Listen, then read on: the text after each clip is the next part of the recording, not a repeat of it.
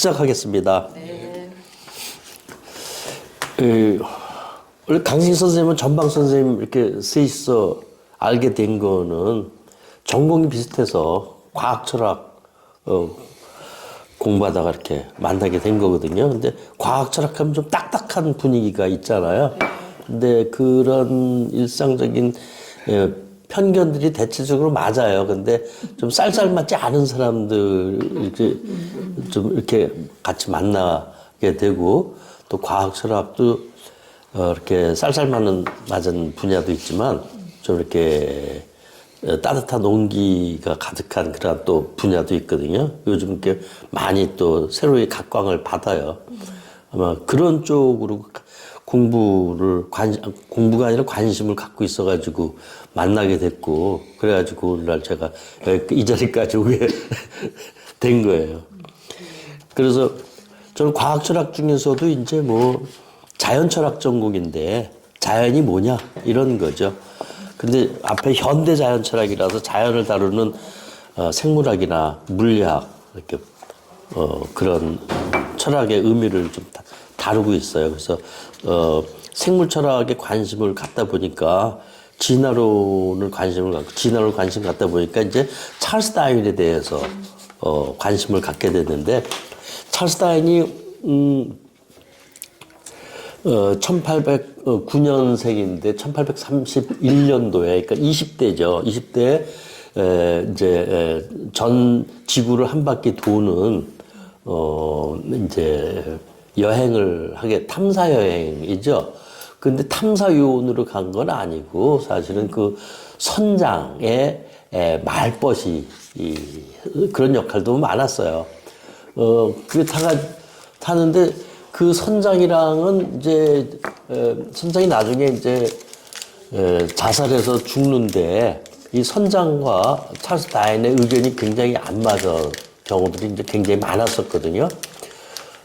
예를 들어서 그 당시는 노예가 법적으로는 해제가 됐지만 일상생활에서 노예제라는 게 아주 보통이었던 당시에 찰스 다윈은 그 노예제를 좀 비난을 했거든요. 그렇지만 찰스 다윈 성격이 좀 이렇게 내성적인 성격이라서 이렇게 대놓고 뭐 얘기를 하지 않고, 그리고 1836년도에 이제 영국으로 돌아와가지고 무슨 문제가 생기냐면 풍토병에 걸려요. 원인 모를 병이죠. 근데 풍토병이라고 보통 이야기를 해가지고 그다음부터 죽을 때까지 골골합니다. 골골해요. 그래도 꽤 오래 살았어요. 그 부인이 그리고 이제 이 사람은 공부를 그렇게 했는데도 교수는 안 됐거든요. 직업도 없었어요. 근데 돈은 꽤 있었어. 돈은 꽤 있어가지고. 원래가 부자였어요. 원래가 아버지가 의사 출신이고 의사고, 그 아버지가 아들을 의사 시키려다가 실패한 거죠. 의대를 나왔어, 나오기는. 근데 뭐 이게 뭐냐, 토끼가 아니라 이 깨구리의 해부를 못할 정도니까 그래서 못한 거죠. 그 아버지 걱정되잖아.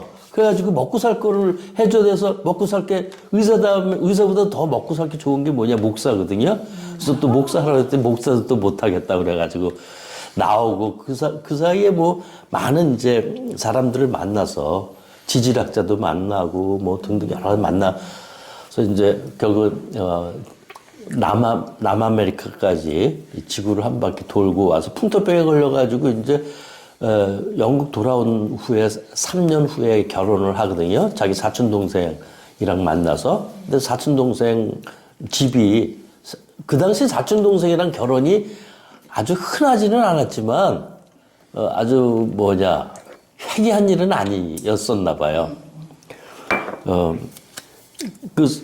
그 여자네, 사촌 동생 여자네 집안이 그 유명한 그 차이나 본 차이나. 도자기. 그래서 먹고 살기도 또 그렇고, 이 사람이 투자를 합니다. 돈이 원래 있었던 집안이니까. 그래서 폴란드 소금 광산에 투자를 해가지고 돈도 좀 많이 좀 벌었고 평생 그래서 뭐 돈벌이 안 하도 먹고 살 수 있고 그리고 이제 몇 년 지나서 1842년도에 42년도 몇 살이야? 30살에 이제 시골로 이사를 가요. 아프니까 그 마을 이름이 어서 오세요. 마을 이름이 나원이라고 하는 지역인데 런던에서 한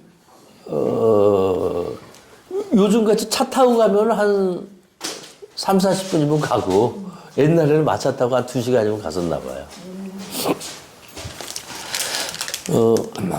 딱 가는데 거기 마을 주민이 모두 450명밖에 안 되는 조그만 마을이에요. 그 중에 한참 집에 일하는 하인이 많았을 때는 22명까지 하인을 뒀었다니까. 근데 그 마을에 들어가면서 찰스 다인이 들어가는 해에 이름을 이제 공동체를 결성을 해요. 그래서 프렌들리 소사이어티라는 것을 만들어가지고 제일 지식인이잖아. 거기 다 농민들인데. 그래가지고 이 농민들의 문제가 뭐냐면은 이 런던하고 거래를 하는데 이 계산이 박지 못해가 손해보는 거 많아.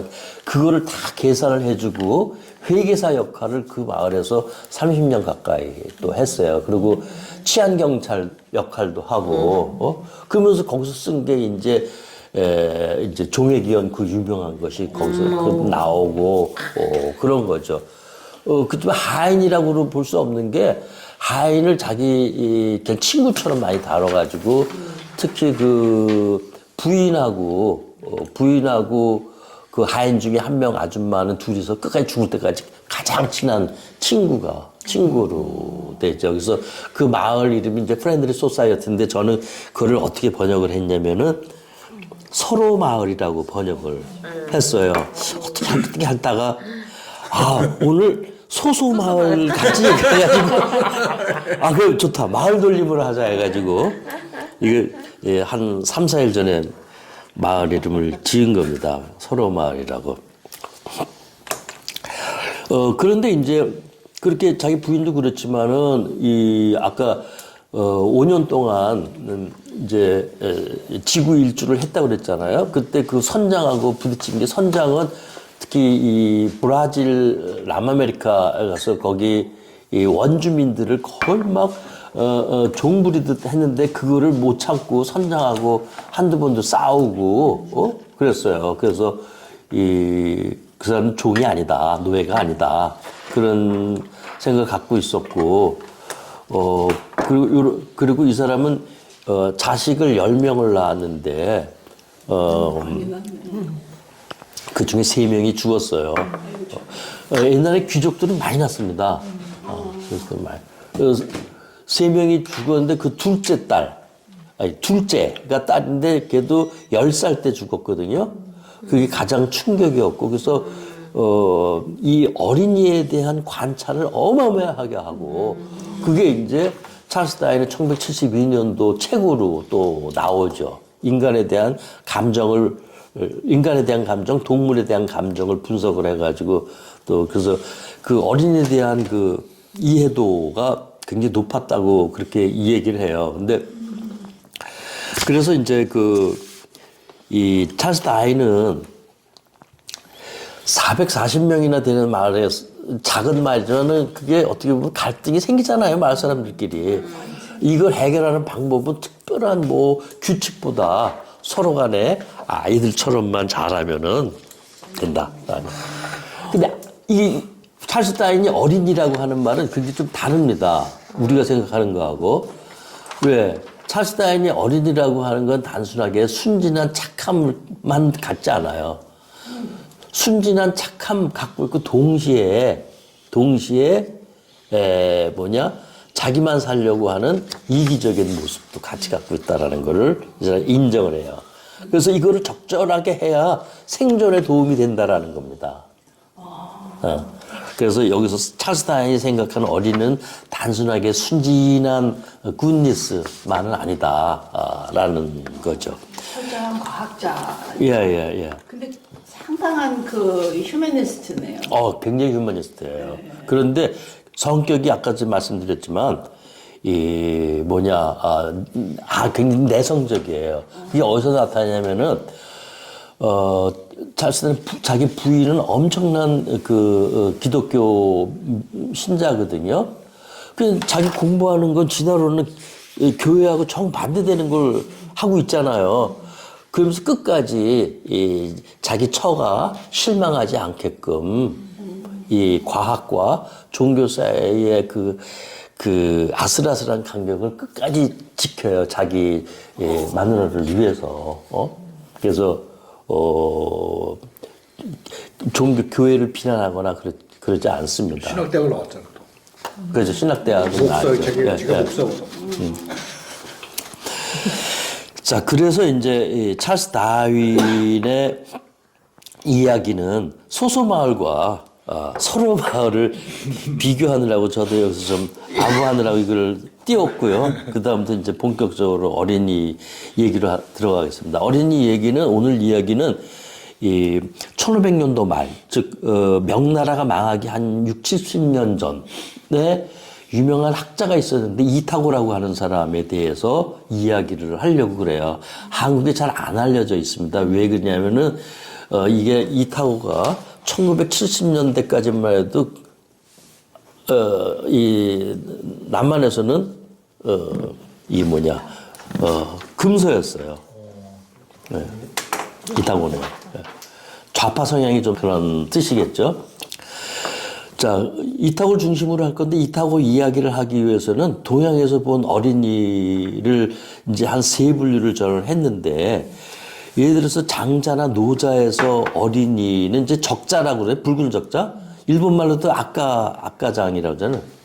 예. 네. 그래서 그 붉은 적, 이게 아마 피뚱이를 얘기를 할 거예요, 아마. 그런데 이제 장자에서는 그 적자라는 게 피지컬한 물리적인 그러한 갓난아기만을 얘기한 게 아니라 군자, 성인, 도인, 뭐 이런 어떠한 도를 좀 접근한 사람을 통칭해가지고 적자라고 비유를 한다라는 거죠. 그래서 그와 다르게 노자에서는 좀 더 노골적으로 어린아이를 비교를 할 때 이 두터운 이 덕이 풍부한 사람을 이제 어린아이로 비교를 해요. 그래서 굉장히 이게 근육은 약하고 힘도 없지만, 그 부드럽지만 오히려 그 강한 거를 더 이겨낼 수 있는 그러한 것이 있는데, 이 노자와 장자에서는 그 어린이의 본성적인 그 모습들을 이야기를 하죠. 그래서 그거를 이제 나중에 이타고라는 사람은 그거를 양지라고 합니다. 양지 이전에 양명학에서 말하는 건데, 그 어려운 말보다도 그건 뭐냐면은 양지라는 게 뭐냐면 자기가 배우지 않고서도 네. 태어나면서 마음속에 갖춰져 있는 그러한 본심이에요. 착한 본심이죠. 그런 걸 주장하는 그러한 계열이 있어요. 노자 장자는. 그런데 이제 공자, 우리가 말하는 이제 유교에서는 예를 들어서 우리가 제일 흔히 아는 거, 오륜을 얘기를 해보죠. 장유유서. 부부차별, 부부유별. 그 다음에 부자 유친. 유친은 굉장히 무서운 말입니다. 유친은, 다시. 그 다음에 군신유의. 부유신. 이게 5가지 사랑이 다 다릅니다. 질적으로. 그래서 부부 간의 사랑과 군신 간의 사랑, 친구 간의 사랑의 퀄리티가 다 달라요. 전부 다. 그래서 이 사랑의 정도를, 사랑의 차이를 부정하면은 유교에서는 굉장히 이 압박을 갖게 됩니다. 그래서 자기 자식을 사랑하는 마음으로, 자식을 사랑하는 마음, 아니면 부모를 모시는 마음으로 임금을 모시는 게 아니에요. 그렇게 많이 얘기를 하지만 좀 다릅니다. 사랑이 처음보다 달라요.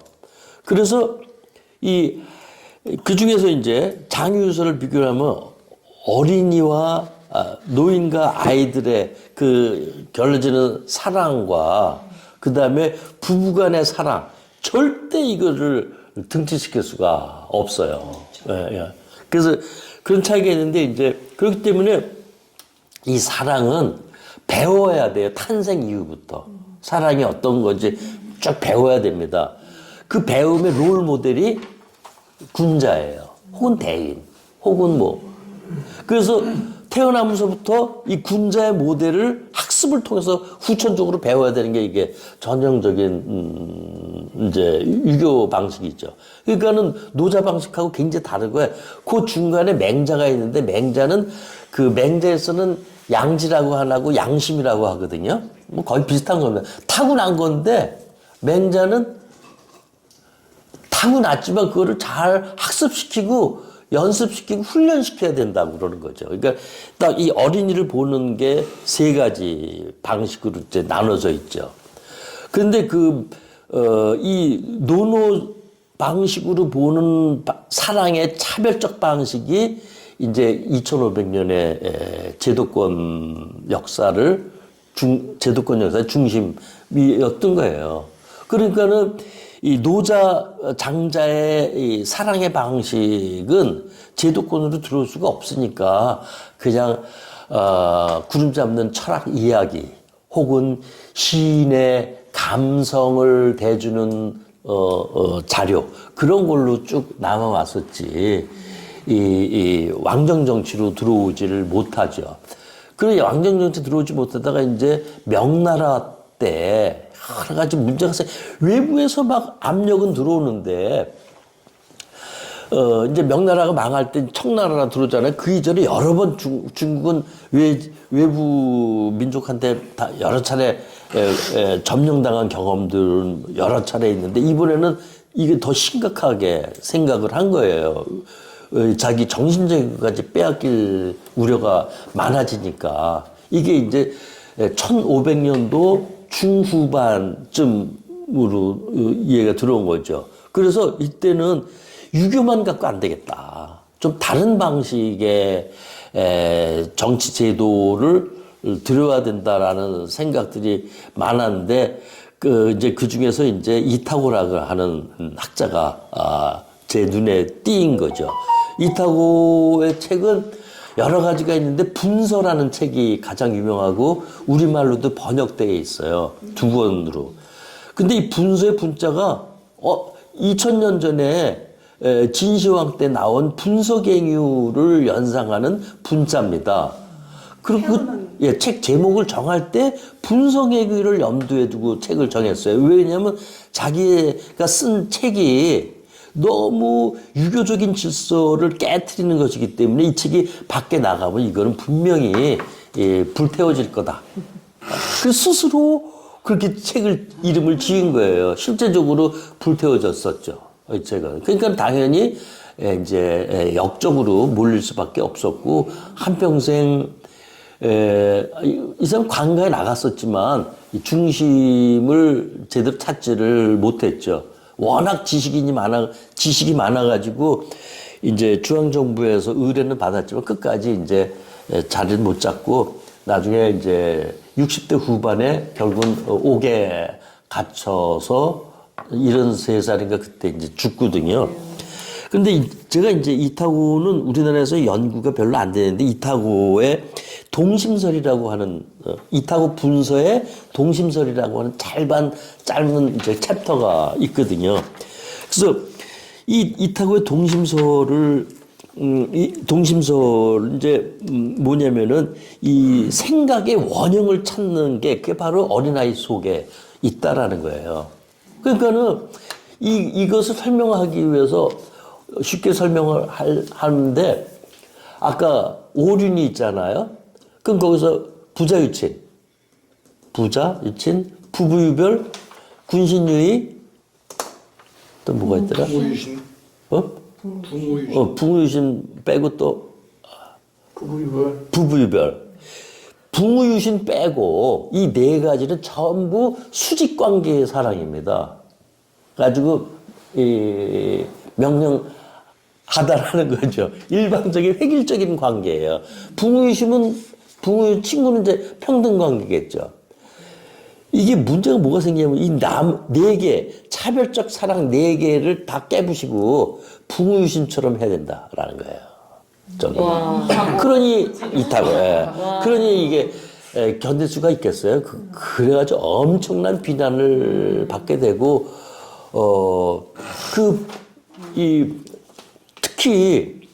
특히 뭐냐면은, 이 사람이 1600년도 초에 죽는데, 1600년도 초에 태어난, 바톤을 이어서 태어난 황종이라고 하는 관리가 있거든요. 오늘날 치면은 총리까지 올라간 급이에요. 황종이라고. 이 황종이가 약간의 이타고를 배웠어요. 가지고 황종이는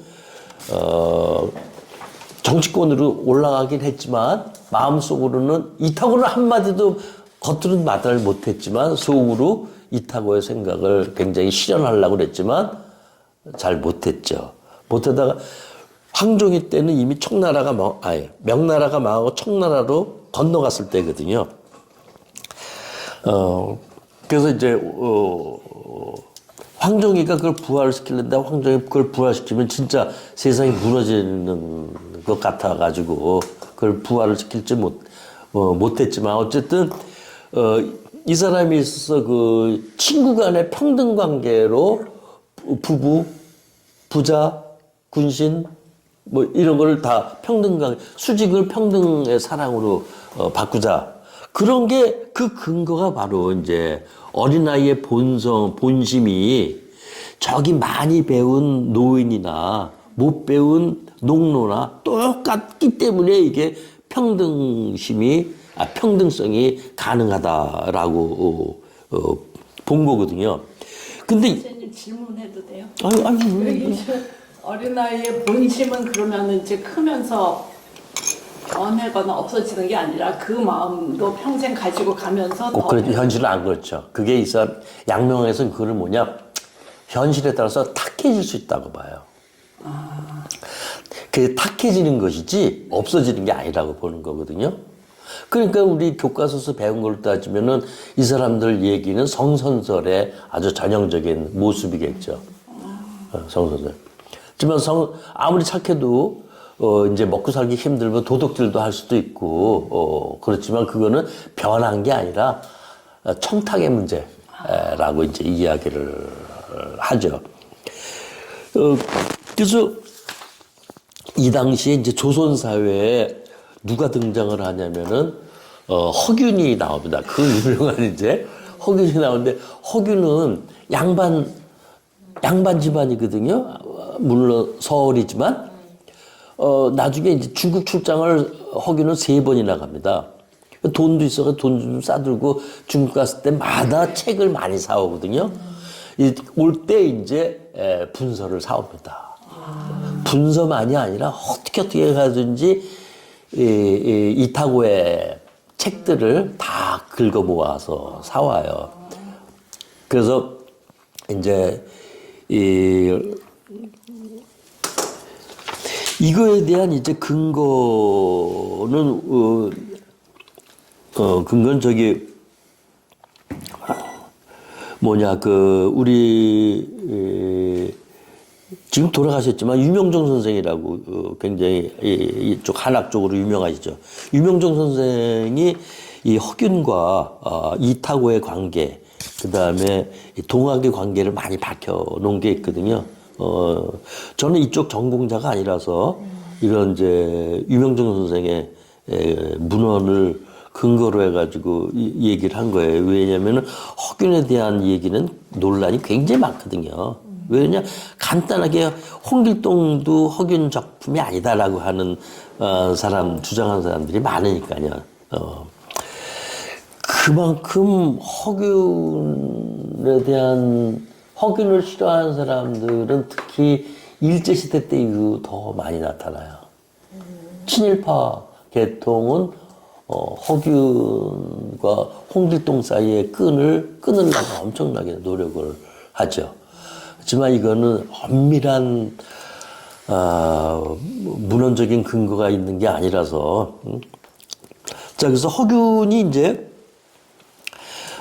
중국 출장 가서 이 책을 사가지고 허균이 공부를 이쪽으로 많이 이제 하게 되죠. 그래서 이타고는 보통 양명학으로 분류되기도 하지만 또 그렇지 않다고 분류하는 사람들이 있기도 하고, 저 같은 경우는 이제 양명학자로 분류를 하죠. 양명학은 그 당시 조선시대에 양명학을 처음 들여온 사람이 정제두라고 하는 사람인데, 정제두는 양명학의 우파로 분류가 돼요. 우파 좌파는 여기서 양명에서 실제 사용하는 용어입니다. 제가 만든 말이 아니라. 그런 이제 황종이나 이타고는 양명학 좌파로 이제 분류가. 우파 좌파가 지금 쓰는 뜻하고 비슷해요. 우파 좌파라는 말도 사실은 1980년대 만들어진 거예요. 여기 국내 신진 동양철학 전공자들이. 예. 최근이죠. 하지만 요즘에 말하는 정적인 우파 좌파하고 완전히 다른 것 같지는 않아요. 좀 비슷해요. 예, 비슷해요. 그래서 이 정제두라고 하는 이제 1500 몇 년도 사람이니까 이 사람의 이제 이 양명학의 기본은 뭐냐면 아까 제일 중요한 게 아까 제가 말씀드린 양지거든요. 본성이 이미 착한 마음이 기본으로 깔려 있다라는 거거든요. 그 이제 맹자에서도 착한 마음이나 맹자에서 착한 마음이 속에만 있어 발현이 잘 안 돼요. 맹자에서 착한 마음, 논어에서도 나오지만 제일 유명한 게 애기가 기어가는 애기가 기어가다가 우물에 빠지기 직전인데 어떤 흉악범이 가다가 구했단 말이죠. 내가 흉악범인데 얘를 내가 왜 구했지? 라고 하는 이제. 요거는 양명학적인 해석이고 논어에서는 맹자에서는 이런 말 전혀 안 나옵니다. 그런 상황만 있는 것이지 그 사람이 그 아기를 구한 행동이 서술되어 있지 않아요.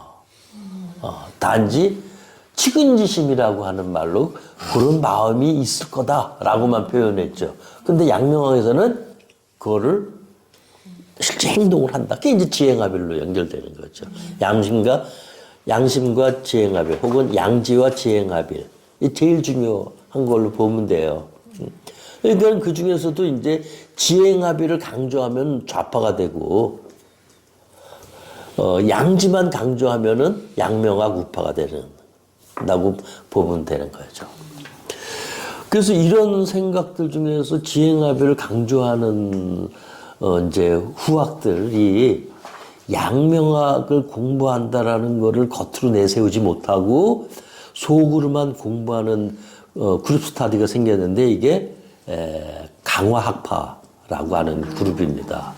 그래서 이건창 이제 1800년도로 넘어온 겁니다. 이제 1800 중후반으로 넘어오면서 이건창 이 형제들이 이건창 이충익 뭐 이런 형제들이 안 되겠다 도저히 강화도로 가자 해가지고 이 사람들이 이제 18세기 아니 19세기 말이죠. 동학이 그때 연결될 때입니다. 그래서 이 동학에서는 이제 벌써 이타고와 그 다음에 홍길동의 허균이 지나간 지 200년이 이후인데 그 역사적으로 그리고 역사학적인 그 끈은 없어요. 그렇지만 철학적인 측면에서는 분명한 공통의 그 연계점을 찾을 수가 있거든요. 이타고 홍길동이 아니라 이타고 허균 그 다음에 강화학파로 물론 200년을 점프를 하는 거죠. 그 뭐 철학적 상상력에 로 생각을 하시면 됩니다. 이게 역사적으로 역사하는 사람은 이런 얘기 들으면 막 뭐라고 그러죠. 그 역사학적 끈도 없는데 그렇게 막 얘기하느냐. 그죠? 철학적으로는 엄청난 긴밀한 연관감이 드러나요. 그래서,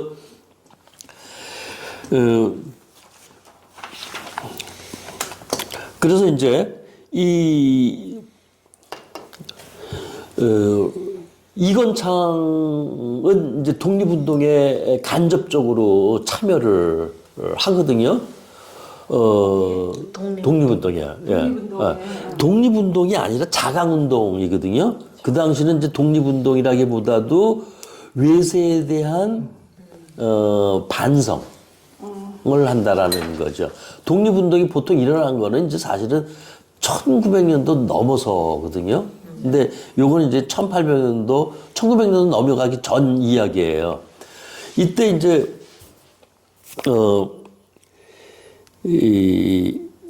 누구와 이제 연관되냐면은, 동학의 2대 교주, 최시영. 최시영 선생하고 이제 연관이 됩니다.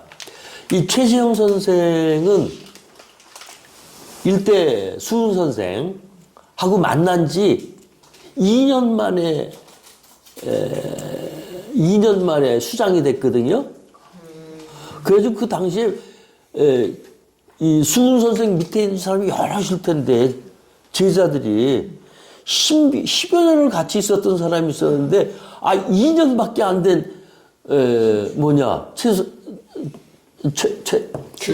최시영 선생이 이 이대 교주로 되니까는 좀 갈등이 있었죠. 그래서 거기서 떨어져 나가가지고 다른 종교 만든 사람들도 있었거든요. 근데 왜 2년밖에 안 된, 공부가 2년밖에 안 되는데 왜 그렇게 좋냐? 가장 중요한 게 뭐냐? 양명학적인 사유가 있어서 그래요. 공부를 10년, 20년을 해도 소용없는 거예요. 왜냐면은 그 양지는 이미 다 갇혀 있기 때문에 그 갇혀져 있는 양지를 얼마나 행동으로 보일 수 있는 사람이 누구냐. 이거는, 해월 선생은 배운 것도 없어. 배운 것도 없고, 지금 입교한 지 2년도 채 안 돼.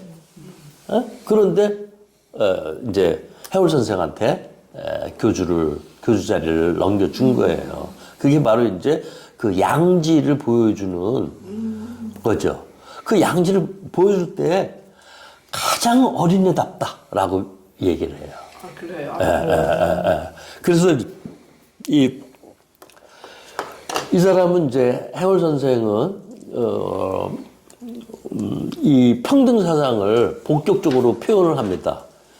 수훈 선생은 평등 사상보다 좀 더 이렇게 우주관을 많이 이야기를 하거든요.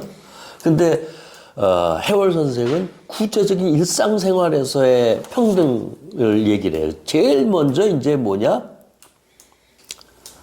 아이들한테 훈육이라는 이름으로 때리지 말라. 이걸 제일 먼저 내세웁니다. 그 다음에 부부간에 서로 존대를 해야 된다.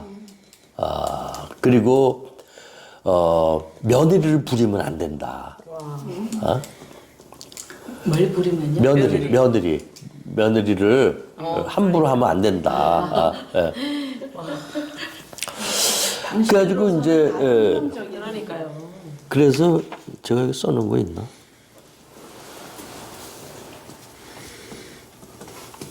어디다 써놓은 거? 없는데요. 하여간 이런 8조목이 있는데 이 8조목 중에서 한 5개 조목은 이타고가 얘기했던 거와 거의 비슷해요. 그래서 이 철학적인 연결성이 있다라는 거죠. 역사학적인 연결성은 없어도. 그래서 이타고도 자기 며느리를 피부 색깔을 건너치고 저기 안쪽에 오늘날 말하면 회족이에요. 오늘날 말하면 우즈베키스탄 며느리거든요. 그때도 이렇게 와 국제적인 결혼이. 그리고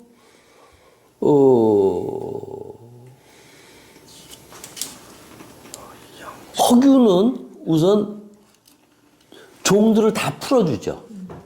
허균은 다 풀어주고 그 허균의 큰형은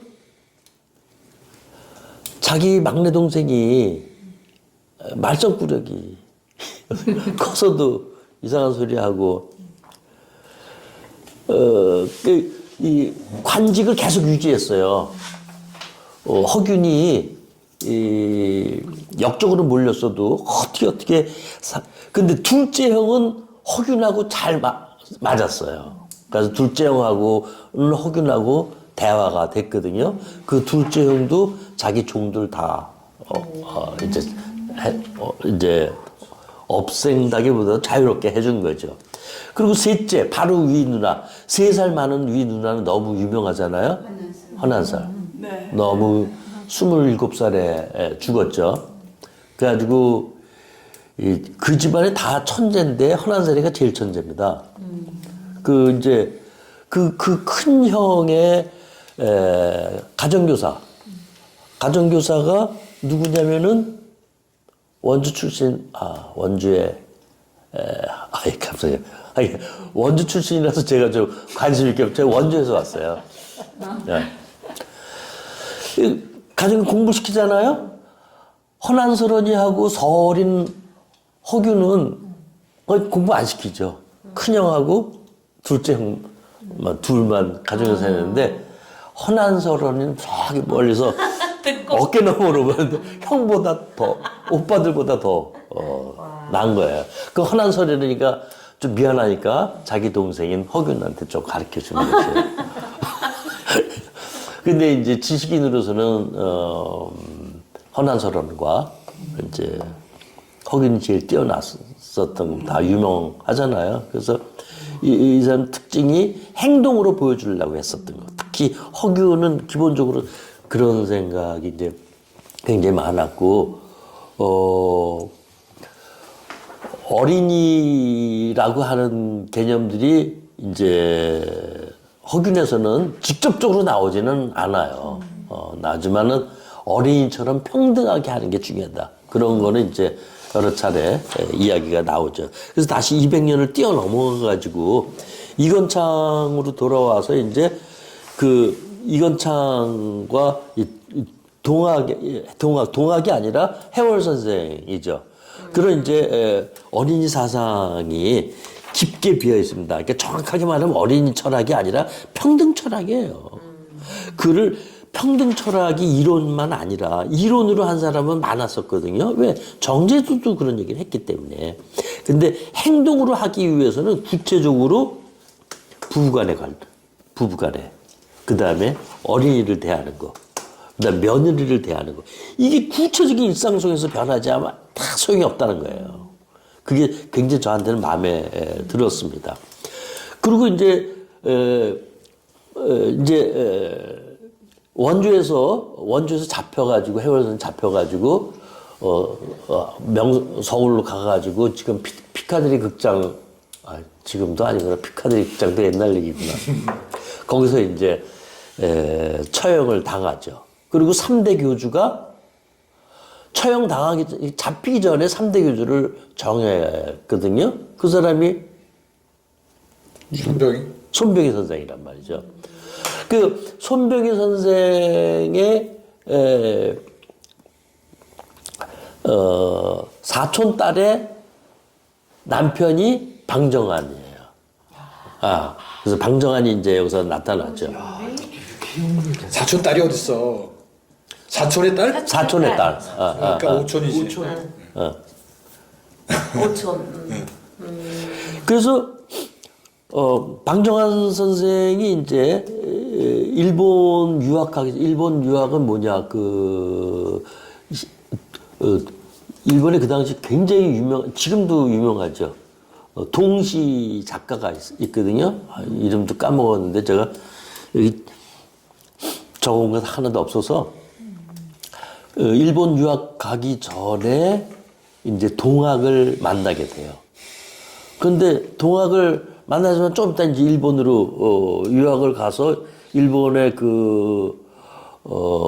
동시 동화 동요 그런 이제 교수님 만나면서 그때부터 동학하고 이거를 연결시키는 작업을 하고 귀국하자마자 이제 이 색동회를 만들죠. 색동회가 이제 어린이 그거거든요. 그래서 제가 그 어린이 창간호를 제가 여기 하나 따왔거든요. 여기 재미있어서. 그래서 방정환 선생은 이 동학할 때 해월 선생의 그 평등 어린이 사상을 그대로 흡수를 해가지고 이 어린이 사상에 내고 그 다음에 방정환 선생이 처음으로 어린이라는 말을 만들죠. 그 당시에는 아이라는 말도 있었고 주로 이제 우리 그 말보다 한자를 많이 써가지고 동자 근데 동자는 조금 큰 애들이거든요. 그래서 여기 재밌어가지고 한번 읽어볼게요. 이 창간호에 발문이 아니라 서문처럼 나온 글인 것 같아요. 어린이에는 수신강화 같은 교훈담이나 수양담은 일체 넣지 말아야 한다. 저희들끼리 장문, 담화, 동요, 소년 이것만으로 훌륭하다. 거기서 웃고 울고 뛰고 노래하고 그렇게만 커가면 훌륭하다. 그림을 많이 넣어 부드러운 감정을 유발하고 한편 미적 생활의 요소를 길러주어야 한다. 훈계하지 말라는 게 가장 중요해요. 훈계. 네? 그래서 그게 이제 해월 선생의 기본 사상인데 훈계하지 마라. 이타고에서 그게 나온다. 훈계하지 마라, 애들. 그러니 1800년도 만화도 그걸 이해하겠는데 1500년도 이타고가 그런 말을 했다라는 거는 엄청나게 혁명이거든요. 그래서 이제 그런데 문제는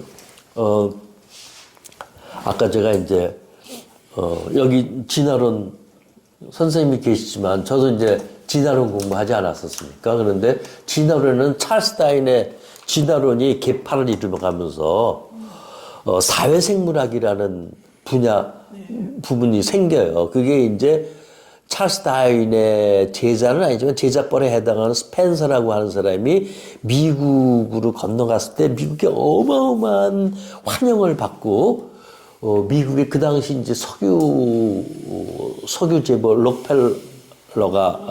록펠러가 초대를 하거든요. 스펜서를. 그때 뭐냐면은 미국의 신생 자본주의와 진화론을 연결시켜가지고 좀 더 근거 있는 이론을 만드는 데 혈안이 되는데 그게 스펜서가 거기 많이 보조를 해줬죠. 그래서 록펠러를 엄청 좋아한 거예요. 그게 이제 요즘 우리 말하는 사회생물학으로 많이 이야기되는데 사회생물학은 아까 이제 찰스 다윈 첫 페이지 다시 돌아와서 찰스 다윈이 말한 어린이에는 두 가지 측면이 다 있다고 그랬잖아요. 그 착한 본심, 양명에서 말한 양지, 그것도 있지만, 남의 거 보면 먼저 뺏어서 먹고, 하는 이기주의, 나쁘다고 얘기하지 않아요. 그게 없었으면 벌써 인류는 죽었다. 절멸했다라는. 이 두 가지가 같이 잘 어울리는 게 어린이라고 본 거예요. 예? 마찬가지로 이제 찰스 다윈의 진화론도 이렇게 사회생물학의 뭐냐 이기주의를 강조하는 것이거든요. 그걸 합리적으로 잘 설명하는데 그 합리적으로 설명하는 이론 체계가 너무 훌륭해요. 진짜 훌륭합니다. 근데 그것만 강조되어 왔는데 그렇지 않고 인간의 이타적인 모습도 무시될 수 없다라고 하는 측면들이 있거든요. 이제 그런 측면들이 있는데 전 세계 그 당시 이제 외세 동아시아 입장에서 볼 때, 중국, 일본, 조선의 입장에 봤을 때 외세들이 들어오고 그것을 감당해내기 어렵잖아요. 그래서 이제 우리도 잘 살아야 되겠다. 자강운동이 일어나죠. 그때 자강운동이 일어났을 때 조선, 일본, 중국 모두 공통적으로 미국의 사회진화를 받아들입니다. 그걸 받아들여가지고 조선에 이제 제가 이거 재밌어서 그런데 YWCA에서 이 사회진화론을 기반으로 한 어린이 교육을 굉장히 많이 해요. 그래가지고 결혼도 여자가 결혼할 때도 좀 힘센 남자랑 해야 더 튼튼한 아기가 나온다. 아주 노골적으로 이렇게 얘기를 하거든요. 1920년대 얘기입니다. 이게 YWCA고 요게 이제 나중에 누구의 영향을 받느냐면은 이활란 선생의 영향이 제일 큽니다. 이게 이제 제도권화되고 그리고 이 양지라고 하는 어린이성은 이 제도권하기가 굉장히 어렵습니다. 그렇지만 이 이기주의의 이 모습들은 제도권화하게 시스템화하기가 좋거든요. 우선 교육을 시키는 교육 프로그램으로 만들기가 쉬워요. 그러면서 점점 이제 방정환의 어린 철학이 슬며시 스물어들고 YWCA 중심으로 한 이제 이 사회주의 어린이 교육이 정착을 하게 되는 거죠. 그리고 이제 박정희 이후 때는 뭐 말할 것도 없고 그게 이제 방정환 철학이 없어진 모습이라고 봅니다. 그래서 오늘날 이제 이런 어린이 철학이 어린이에만 해당되는 게 아니라 우리들 바로 모습이잖아요. 그래서 제가 요즘 읽고 있는 책 중에 하나가 독일의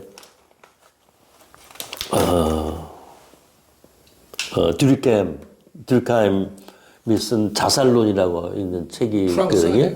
프랑스입니다. 죄송합니다.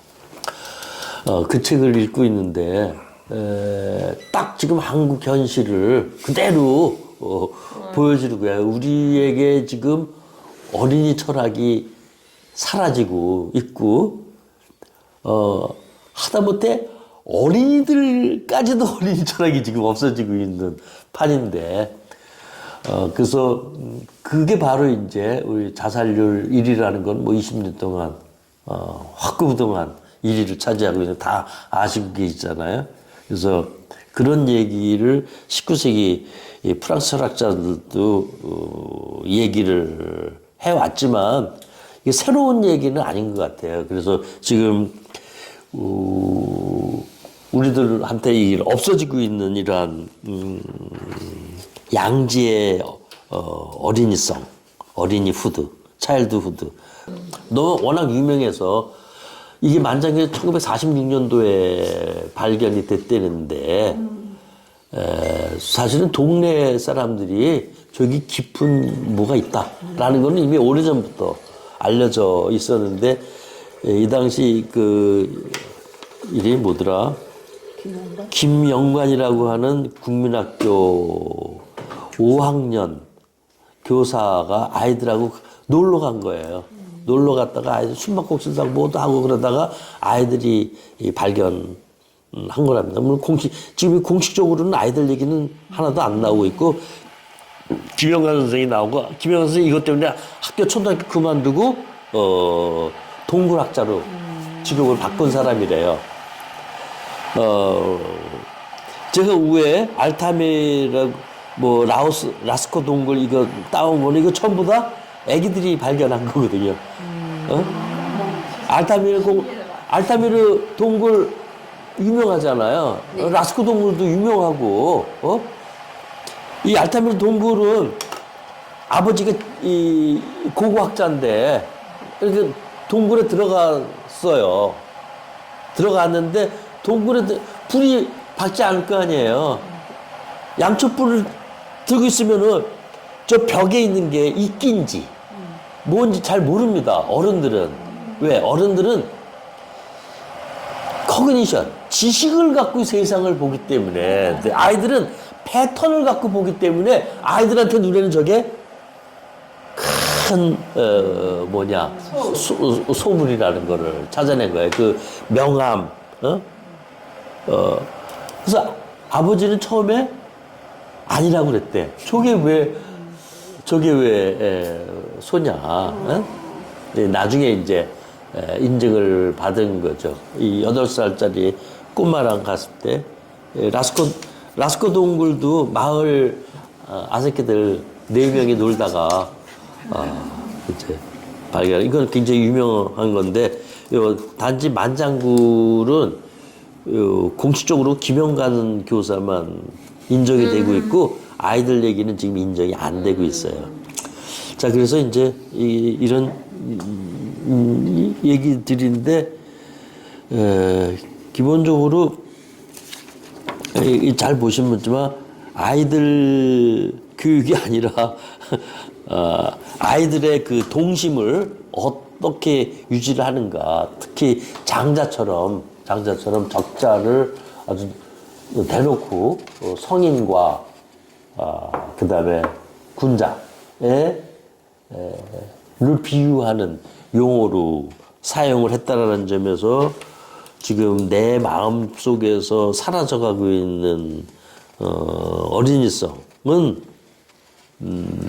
다시 좀 이렇게 살짝 이렇게 열려 보이는 그러한 일들을 하는 게 전 굉장히 중요하다. 특히 이렇게 자살이 늘어나가는 한국 사회에서는 더한 듯합니다. 감사합니다.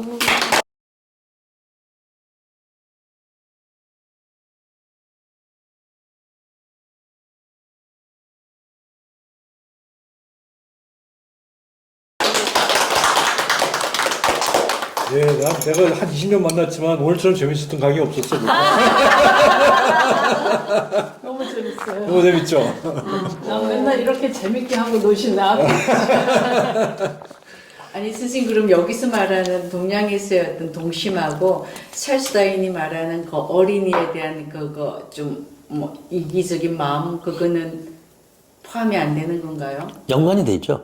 그렇지만 이게 서양하고 동양하고 전혀 직접적인 연관성은 없지 않습니까? 없는데 이 사상적으로는 비슷한 게 있어요. 근데 그 동심에도 그런 이기심도 포함시키는 건가요? 여기서 말하는 동심이 아니에요. 예, 그렇지 않아요. 예. 이 양명에서 말하는 이타고에서 말하는 동심은 뭐냐? 이기심이 포함되어 있지 않아요. 근데 아까 말씀이지 왜 이기주의가 없다라고 하는 게 아니라 이 동심도 있고 이기주의도 있고 그런 게 아니라 동심이 자꾸 이 거울에 그 당시에도 거울이 있었나 봐요. 근데 거울이 그 당시 거울은 녹슬잖아요.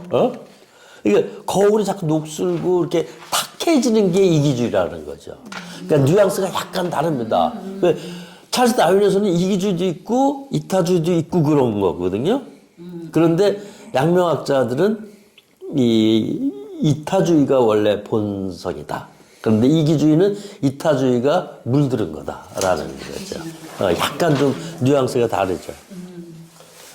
선생님 저 공동육아랑 그러니까. 그래서 뭐 하셔야 될 것 같아요. 공동육아에서 불러야겠는데. 또 한 번.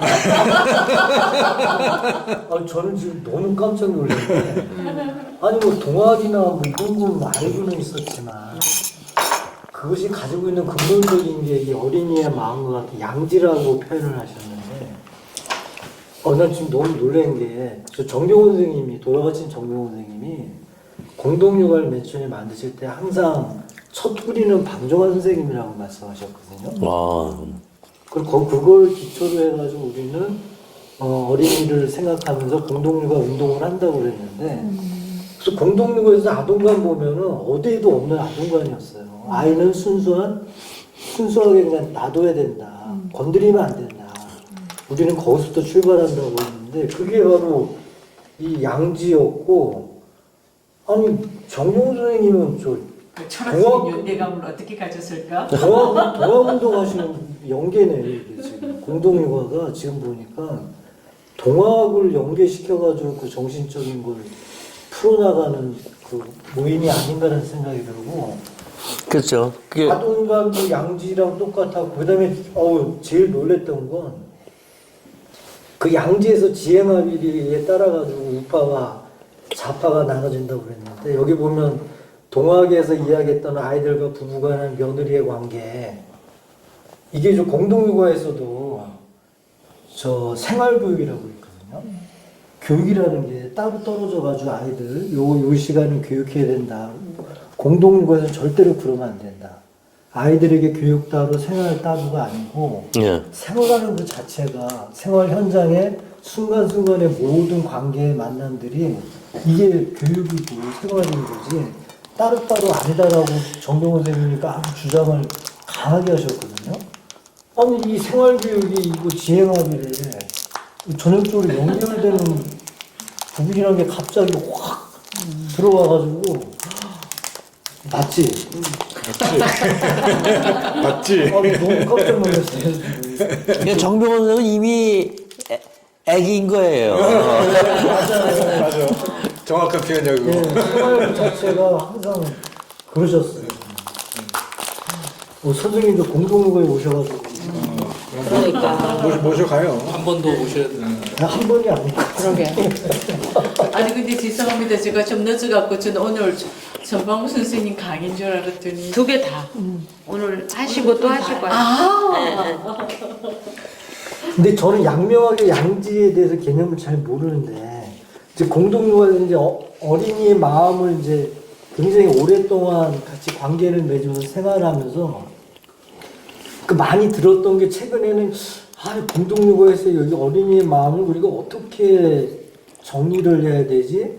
그러면서 요즘 이제 가장 많이 접근한 게 그 부처님의 가르침 중에 분별심 없는 마음이라든지 탄진치가 없는 그 마음, 그 상태가 우리가 이야기하는 어린이의 마음들이 아닌가라는 생각이 좀 들었는데 그 부처님이 말씀하신 그런 경지 부분하고 이 양명학에서 말하는 양지의 이 개념하고 이게 서로 연관성이 좀 있는 건지 좀 궁금하네요. 이게. 아까도 말씀드렸지만 이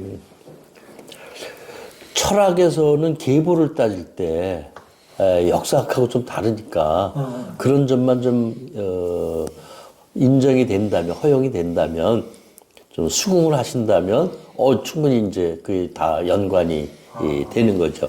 단지 우리가 좀 유의할 것은 어린아이가 무조건 착하다라고 하는 논리로 얘기하는 건 아니에요. 예?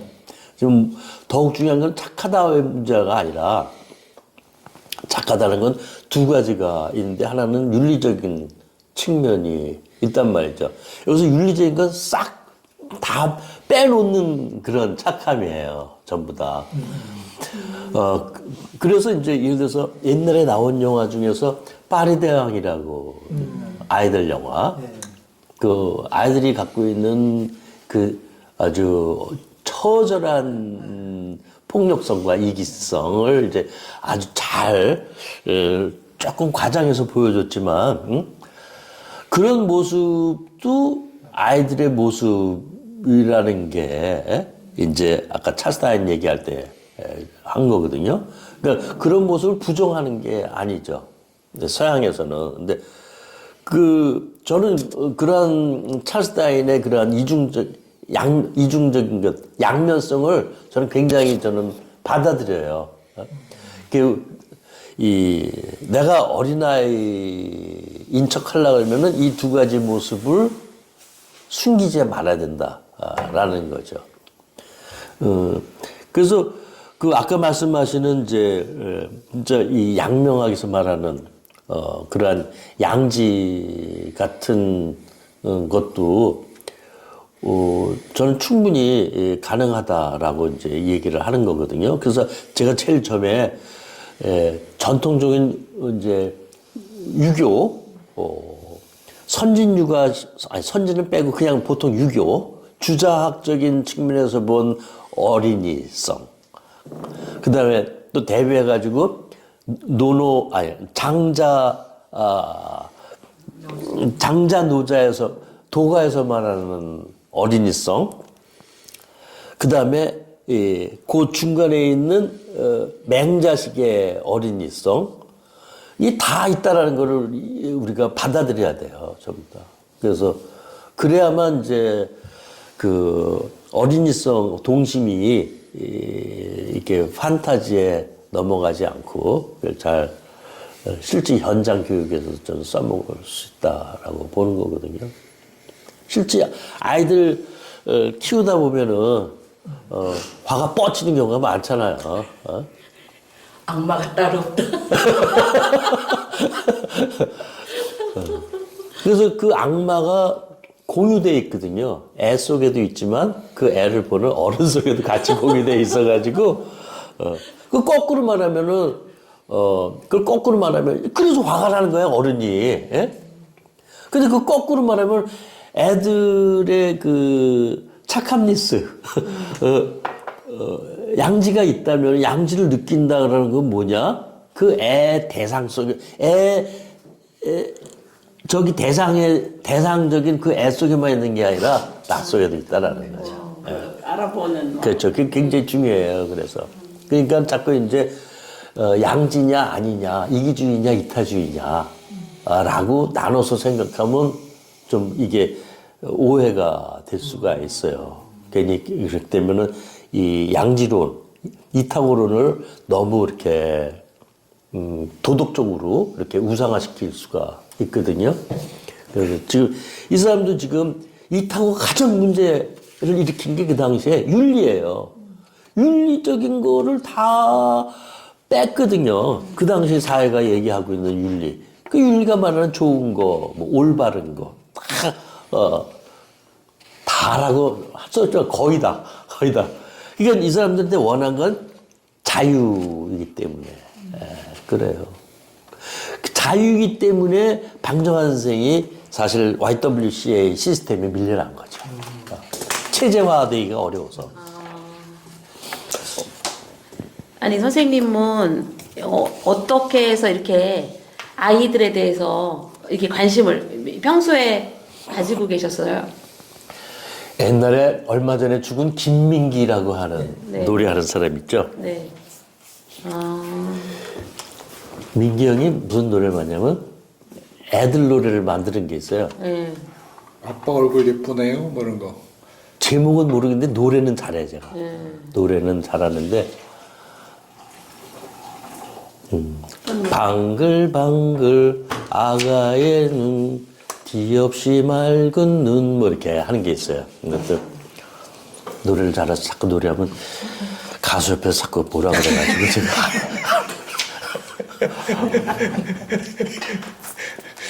근데 저는 어린애를 싫어했거든요. 그때부터 실제 막 부딪히는 어린애는 내가 감당을 못 하겠더라고요. 그런데 사람들의 관계에 있어서는 어린이성이 굉장히 중요하다라는 생각을 그때 20대 때부터 해왔었어요. 20대부터요? 예. 해오다가 최근 들어 제가 이제 새 쌍둥이 할아버지가 됐거든요. 그래서 이제 요새 이제 정신 없죠.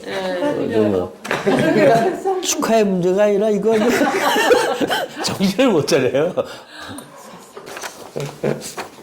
그래서 그게 직접적인 계기가 되셨다는 건가요? 조금 더 학문적으로 이렇게 찾아보시면. 학문적으로는 제가 이타고 공부하면서 이 동심서를 알게 되고 너무 이타고 공부를 하면서 너무 감동을 받은 거예요.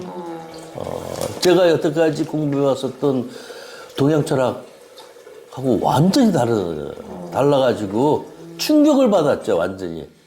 분서라는 책 번역된 거 있거든요?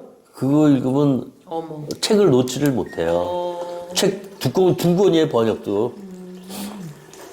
그러다가 손주 3명이 생기니까 지행 합일이 되셨고. 자, 근데 오늘 더 하고 싶지만 또 한 분 또 있기 때문에 전반부를 여기서 일단 마무리하고 한 좀 쉬었다가 네. 30분부터 하죠. 아, 예. 아우, 감사합니다.